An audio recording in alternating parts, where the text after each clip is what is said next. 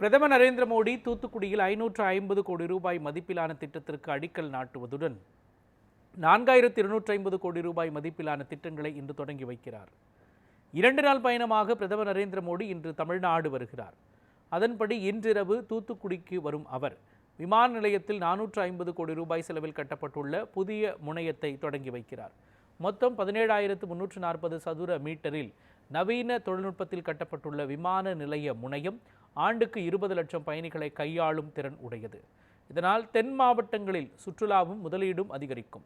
இதையடுத்து பல்வேறு சாலை திட்டங்கள் மற்றும் ரயில் திட்டங்களை பிரதமர் மோடி நாட்டுக்கு அர்ப்பணித்து வைக்கிறார். அத்துடன் நெல்லை மாவட்டம் கூடங்குளம் அணுமின் நிலையத்தில் 550 கோடி ரூபாய் மதிப்பீட்டில் அமைக்கப்படும் புதிய மின் வழித்தட அமைக்கும் பணிக்கும் பிரதமர் நரேந்திர மோடி அடிக்கல் நாட்டுகிறார். பிரதமரின் வருகையை முன்னிட்டு தூத்துக்குடியில் பலத்த பாதுகாப்பு ஏற்பாடுகள் செய்யப்பட்டிருக்கின்றன. தூத்துக்குடியில் நிகழ்ச்சிகளை முடித்த பிறகு திருச்சி செல்லும் பிரதமர் மோடி இரவு அங்கு தங்குகிறார்.